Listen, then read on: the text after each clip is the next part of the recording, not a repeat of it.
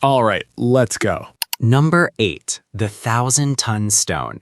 Right now on Earth, there are only a small handful of machines capable of lifting a 1,000-ton load at all.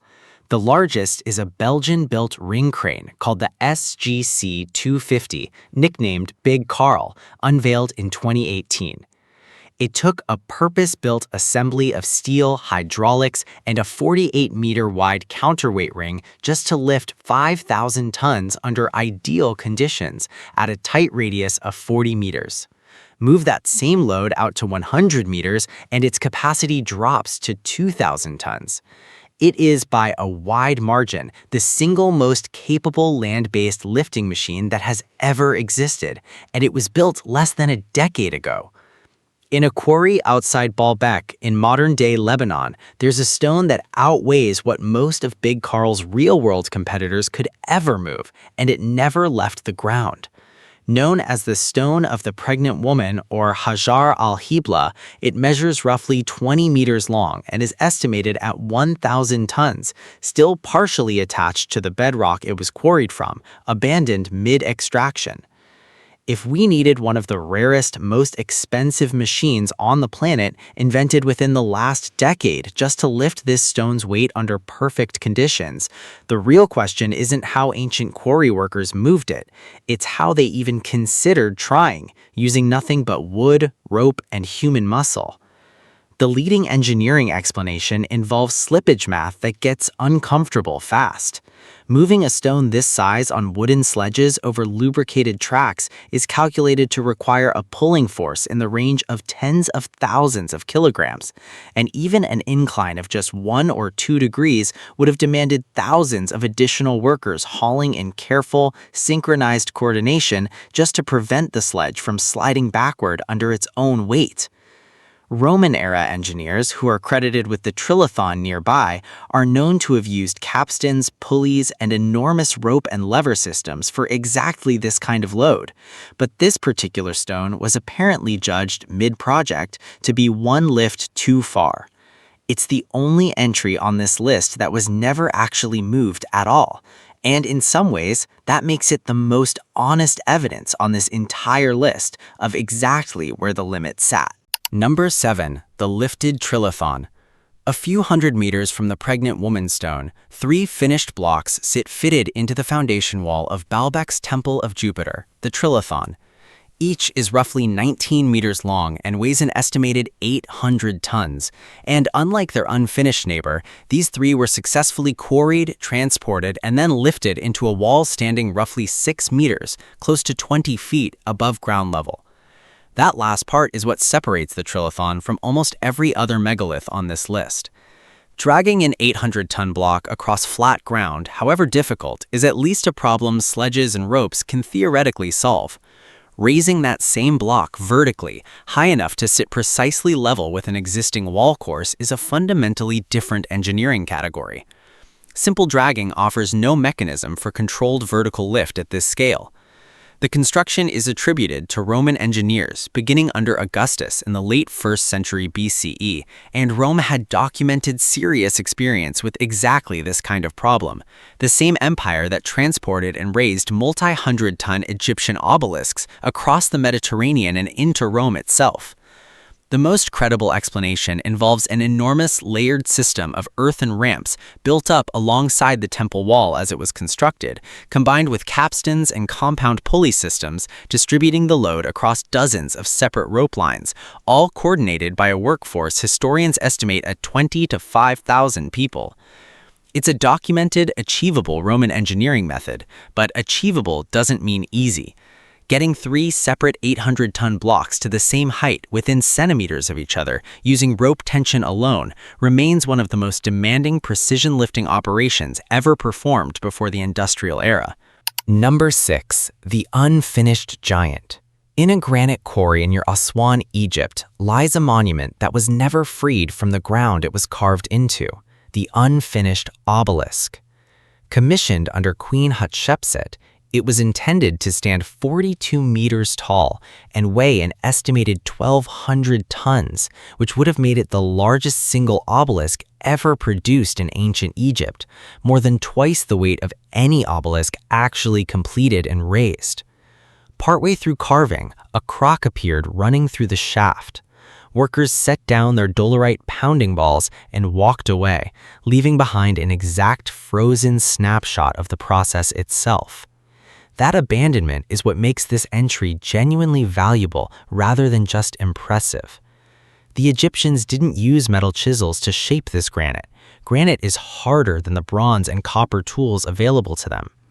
Instead, workers pounded fist-sized dolerite pounding balls, a volcanic stone even harder than granite, directly against the surface, over and over, grinding the rock into powder a few millimeters at a time, rather than cutting it in any conventional sense.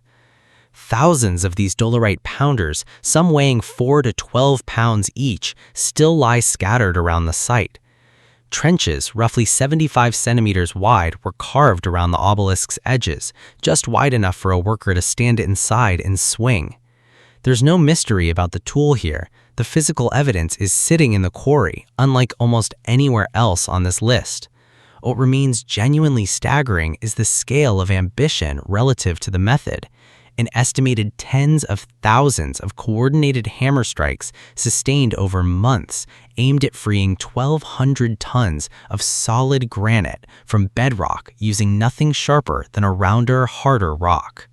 Number 5. The stone Lego blocks. At Pumapunku, part of the Tiwanaku complex high in the Bolivian Andes, blocks of andesite, a volcanic stone significantly harder than granite, were cut with flat faces, true 90-degree internal angles, and drilled holes of matching repeated diameters, some interlocking as H-shaped blocks that fit together with genuine modular precision, closer to prefabricated components than hand-carved stonework. Radiocarbon dating places major construction around 536 CE. The largest sandstone slabs at the site reach 131 tons, hauled from a quarry roughly 10 kilometers away. The harder andesite pieces came from across Lake Titicaca, nearly 90 kilometers distant. This is where fringe explanations get invoked most often, and it's worth being direct about two of them. Acoustic levitation, using focused sound waves to lift and move objects, is a real, demonstrated laboratory phenomenon, but only ever at the scale of tiny objects like polystyrene beads or water droplets suspended in a small chamber. There is no physical mechanism demonstrated or theorized that scales sound-based levitation up to multi-ton stone blocks, and no tools or apparatus consistent with it have ever been found at Pumapunku.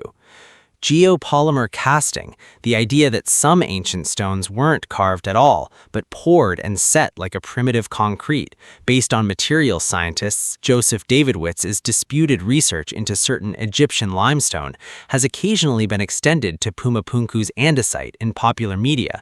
But andesite's volcanic mineral structure bears none of the chemical signatures a cast-poured stone would leave behind, and mainstream geologists studying the site reject it.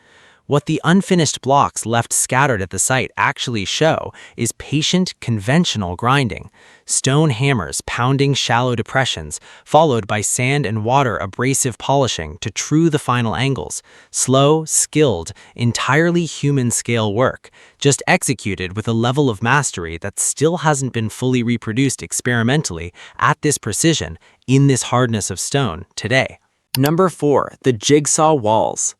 Above Cusco, Peru, the fortress of Sacsayhuaman is built from polygonal limestone and andesite blocks, some weighing up to 200 tons, fitted together without any mortar at all, in joints so tight a knife blade cannot slide between them, despite every block being an irregular multi-sided shape rather than a simple rectangle, which makes the fit dramatically harder to achieve than matching flat, uniform edges. One popular fringe explanation proposes thermal vitrification, that the stone surfaces were somehow melted or softened, then pressed together while still pliable, which would explain the seamless fit without requiring the painstaking process of grinding each irregular joint by hand. There's no petrological evidence supporting this at Sacsayhuaman. Melted and resolidified stone leaves a distinct glassy vitrified surface texture under microscopic analysis, and no such texture has been documented on the site's andesite or limestone. The documented alternative is slower and in its own way more impressive. Researcher Jean-Pierre Protzin spent years experimentally reproducing the Inca's actual technique on test blocks, repeatedly striking stone against stone in a pecking motion to grind precise custom-fitted joints, matching each new block against its irregular neighbor one contact point at a time.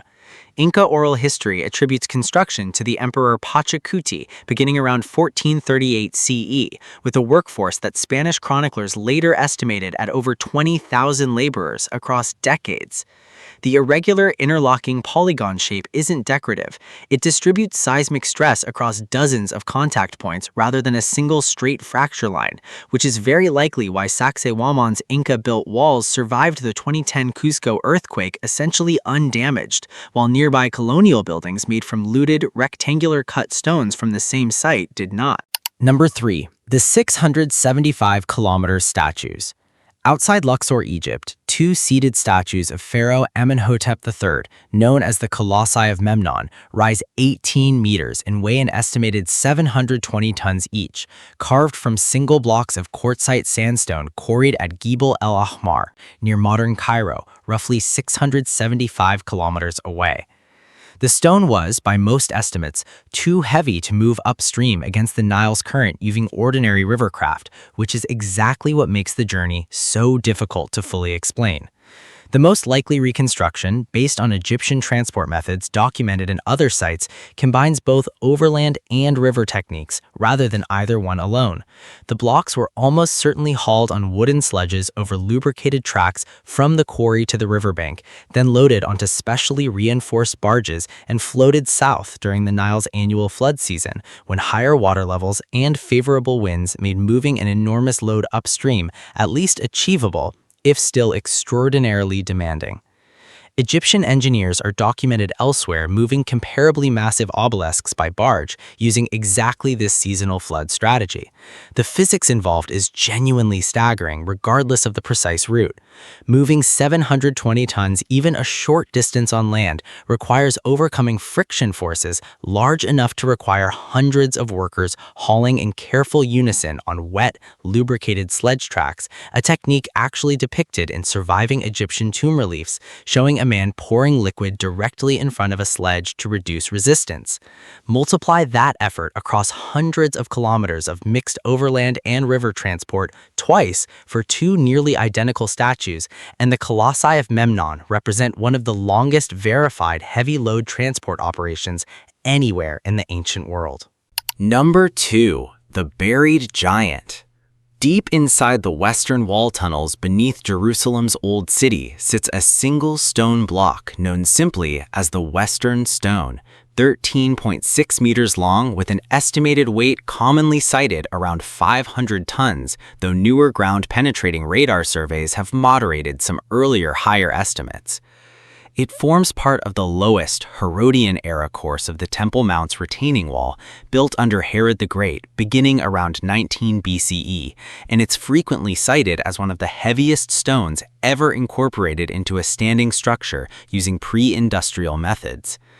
What makes the Western Stone a genuinely different kind of engineering puzzle than the other entries on this list is its context rather than its size alone.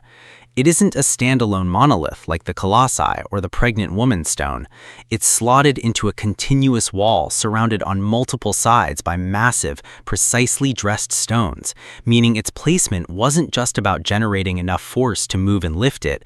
It was a spatial problem, requiring the stone to be maneuvered into an exact position within a confined, already partially built structure, with essentially no room for error and no way to nudge it sideways once neighboring horses were in place.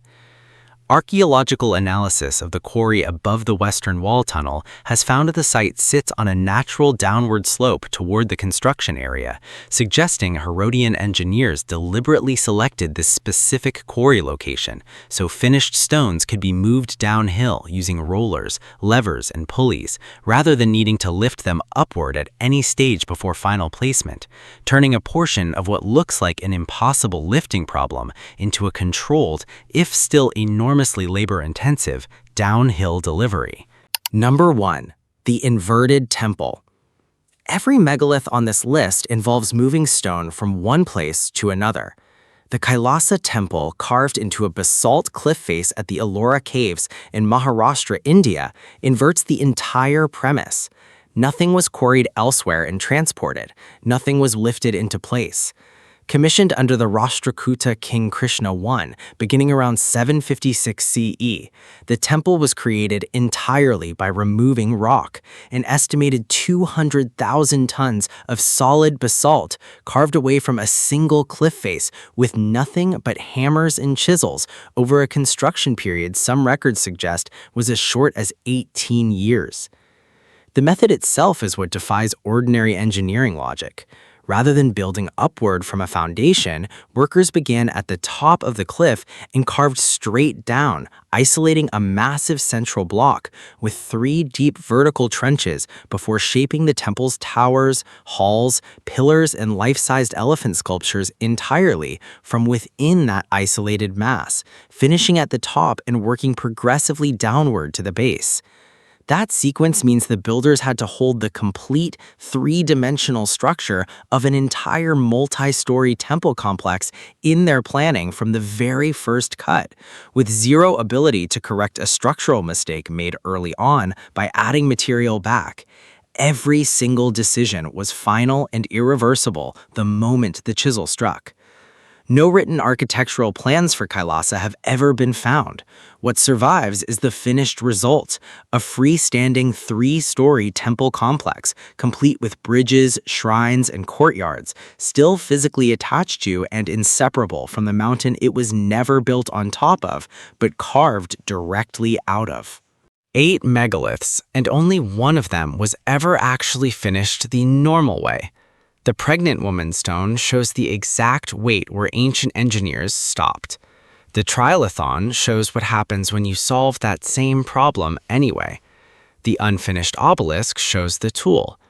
Pumapunku and Sacsayhuaman show a level of joint precision modern quarrying still struggles to casually reproduce, achieved with grinding, not melting or sound.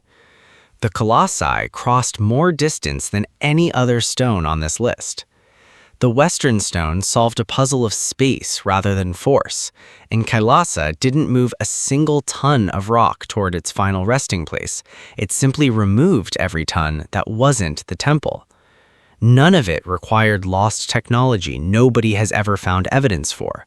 All of it required something modern engineering, even with Big Carl's 5,000 tons of lifting capacity, still has no equivalent for. Organized human labor, sustained without error across years and sometimes decades by people who never got to see the finished result from any vantage point we can stand in today.